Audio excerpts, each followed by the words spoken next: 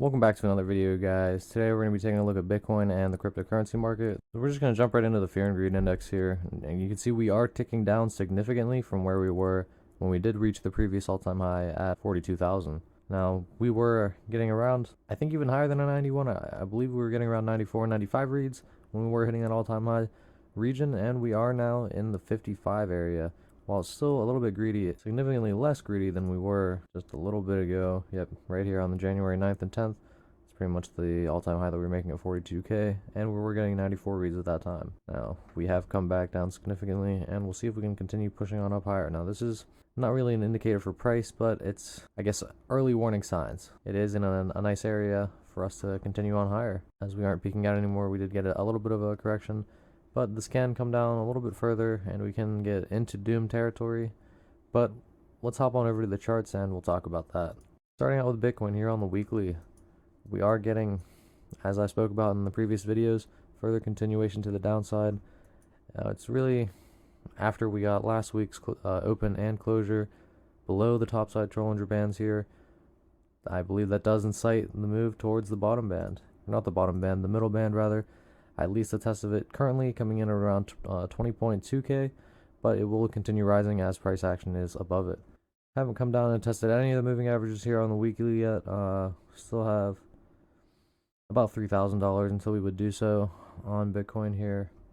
Let's take a look at the momentum oscillators. Weekly RSI blasted through the moving average there, and it is diverging further away from the moving average as well, losing a good majority of the bullish territory there. We'll try to see if we can find some support down here, right at the 65 read, the edge of the bullish territory, and see if we can rally off of that. But I am expecting us to continue onwards and downwards, and eventually meeting the middle band wherever that comes in at. And Stokes, further confirming, across to the downside, a lot of momentum towards the downside as well. Headed straight for the edge of the bullish control zone here. We'll see if we can find support on that. Let me see if they have any kind of weekly trends here. I really think this has to come down more if it's going to be playing out something like we saw back here in the previous bull cycle, something along the lines of that, and we could just draw it in for fun, maybe something like that. I would really expect a test down towards the 60-ish region, maybe finding support a little bit higher, 67 to like 70, somewhere around there. But I am still just expecting, further continuation onto the downside. And this move will ramp up as we are about to break the moving average on the historical volatility as well. Alright, back onto the daily here. Yeah, looks like trash, to be honest, if you guys want me to be honest with you. Taking a closer look here at the daily closure we got about an hour and a half ago at 7 p.m. Eastern Standard Time. We did get another lower low closure in the means of the longer term downtrend here. I mean, it's just all lower highs and lower lows. And with that last closure, I mean, they ran it pretty close. It's 405 versus 833. They ran it kind of close, but towards the end of the day, they just dumped it and did confirm that lower low closure. Now, really, your only hope here on the daily chart, at least in my opinion, is that you're looking at this 50 EMA for support. We did bounce off of it pretty nicely and had a decent reaction off of it the last time. I'm expecting a little bit of a bounce here, but not really expecting it to surpass 32k. Really not expecting that at all. Yeah, if we were to break this 50 EMA to the downside, I think that would initiate the next move down towards the 27k region, and then we'll play out probably a small bounce there as well. But ultimately, I do want to see this move test down into that 23k region. It is, yeah, that 23k area, it is where the 0.5 fib retracement is coming in at as well, and I do like that area for potential reversal. But ultimately, as I said in the other video, I am looking for a test down to the 18k region. I'm not really expecting us to hang out there for the longest time, but I do expect at least a test down there as well. Let's go ahead and hop back onto the daily. But yeah, as I said, just expecting that 50 EMA to hold as support for now, and if we do break that, it'd be the impetus for the next move to the downside. But we did break out of the descending triangle that we were looking at previously. We need to take a look at momentum oscillators on the daily. Stokes just still headed on to the downside, was snaking around for a second, but rejected from crossing back to the upside, and currently headed for the bearish control zone. And on the RSI, still living below the moving average here. Not the greatest of looks. You definitely want to come back up and break that if you do want to reverse this from the current posturing. But as I said, I do not believe this to be the current bottom. But I think that just about wraps that up. Let's go ahead and get that move on to the 4 hour. See, we did lose that ascending trend line of support that we had and support turn resistance. I do believe this to be the current resistance trend line that we will be playing beneath. If we do break this to the upside, I do believe this could potentially be the bottom, and this could just be some sort of reaccumulation pattern, and they will be running it higher. But ultimately, I don't expect that to be broken. I think this is a nice early warning signal for the bullishness or bearishness of this, if this trend line is broken or not.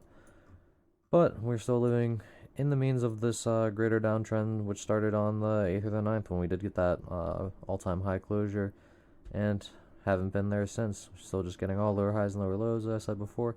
And if we were to draw the measured move off of this first symmetrical triangle we initially created, the measured move of that is down to 27k, which a lot of people are targeting, but I am ultimately targeting lower. And the next measured move here that we have off of the entire formation, if we were to look at this entire thing as a giant descending triangle, it has measured moves down to around 21.4k, which it's not really like a nice area of reversal that I'm looking for, but we are looking to sweep that area definitely, potentially finding reversal in the 23k area.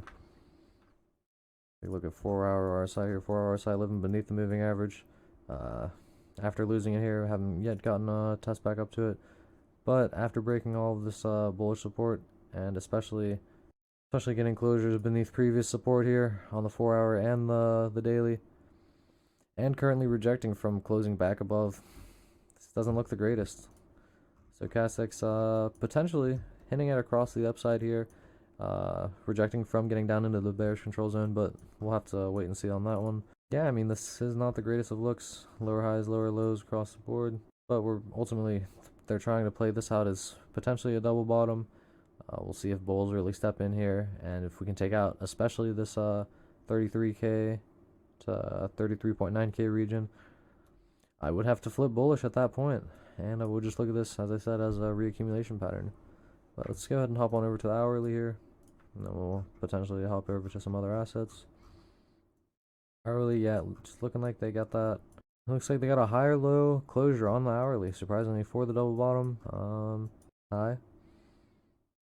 Higher low, potential higher high. If we do get a closure above 34.5k, I do flip bullish and expect this to be the reversal and just be a reaccumulation, and it'll probably run higher.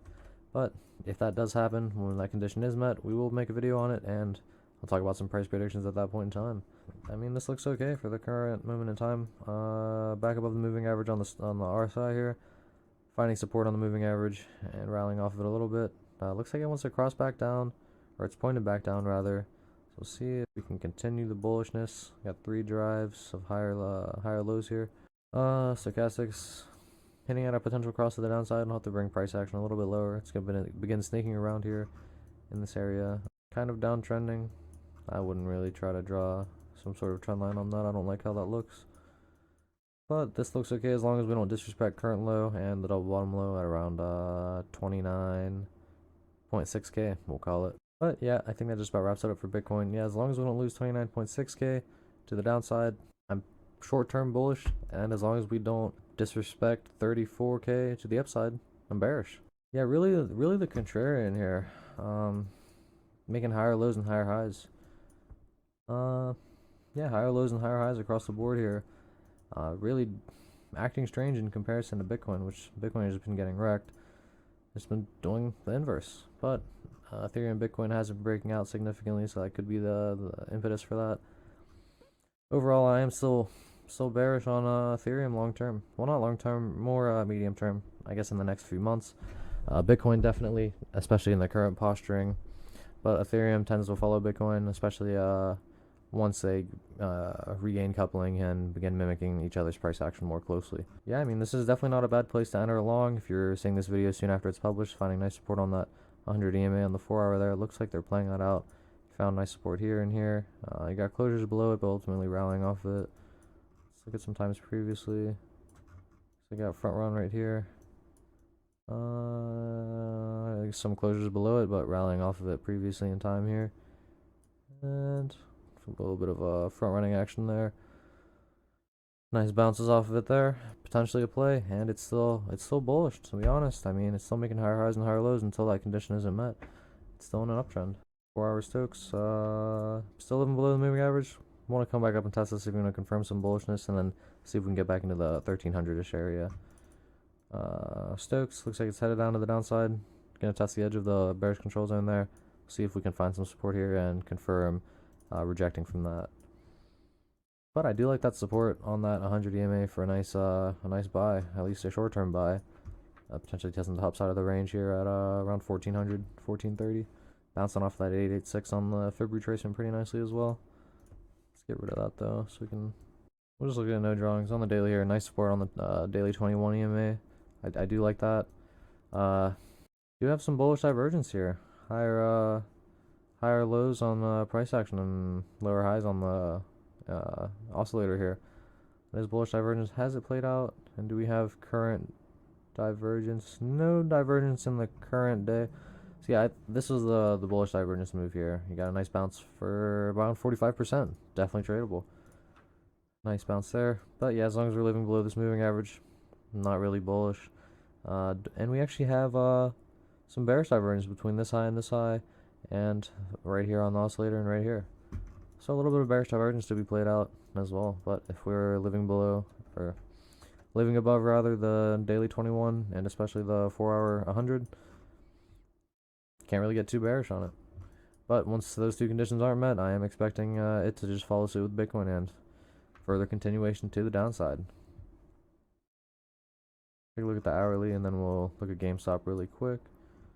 Hourly, tail of the tape, find a 377 support, pretty nice. As long as living above the 377, not really too bearish. About to read death cross on the hourly.